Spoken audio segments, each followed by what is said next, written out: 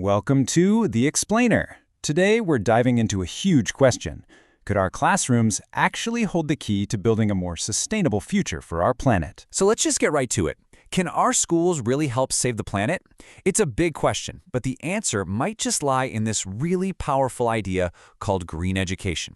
It's a concept that completely reimagines the connection between how we learn and the world we live in. But before we can even talk about the solution, we've got to get a handle on the problem, right? Because as it stands, our schools and universities are facing a challenge that's, well, as big as the planet itself. And this quote, man, it just nails it. We're in the middle of these massive environmental and social shifts, and it's forcing us to realize that our education systems have to evolve, and they have to do it fast. The old ways of teaching just aren't going to cut it for the world we're living in now. And if we zoom in on the Arab world, for example, the hurdles become super clear. It's not just one single thing you can point to. It's this whole web of interconnected issues, from a lack of clear government policies and not enough funding, all the way down to things like low public awareness and a real need for better teacher training. It just shows you how deep this problem really goes. All right, so if that's the crisis we're facing, what's the answer? Well, it's something called green education. And trust me, it's a lot more than just a buzzword. Yeah, see, green education isn't just another subject you tack onto the school day. Nope. It's a total shift in how we approach learning itself. The whole point is to build a culture of sustainability that's baked right into our schools. And from there, it spreads out into our communities. And, it's so easy to think, oh, green, that's just trees and recycling bins. But it's so much deeper. It's really built on three big ideas that all work together. You've got the environmental piece, of course, but then there's the economic piece, like preparing students for the green jobs of the future, and the social piece, which is all about creating strong, fair communities that can handle whatever changes come their way. I love this quote because it just cuts right to the chase. The ultimate goal here isn't about getting kids to memorize a bunch of facts for a test. It's about empowering them. It's about giving them the tools to think critically and make smart, responsible decisions about the environment for their entire lives. Okay, so this all sounds great in theory, right? But the cool thing is, it's not just theory. People are already doing this right now. So let's take a look at some of the pioneers who are putting these ideas into action, both across the globe and in the Arab world. And as we start looking at who's doing what, you start to see these two really interesting paths emerge.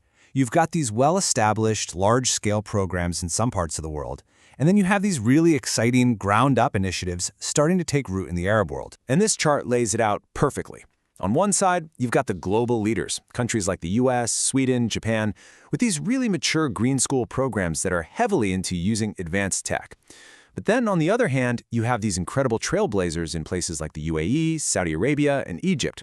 They're focusing on the absolute essentials, building green curricula from the ground up, and forging really strong partnerships with their local communities. And some of this stuff is straight out of science fiction.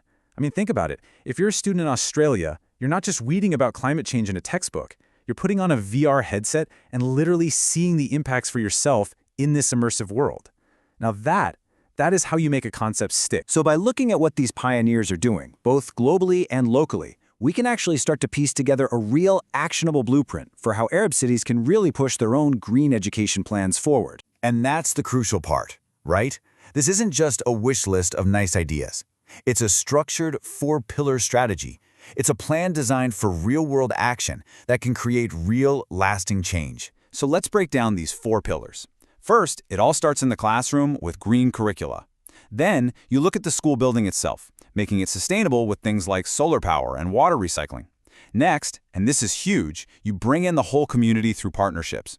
And finally, you have to measure it all to make sure it's actually working, and you're getting better. It's a complete package. But here's what really makes this blueprint so exciting. It's built for the future.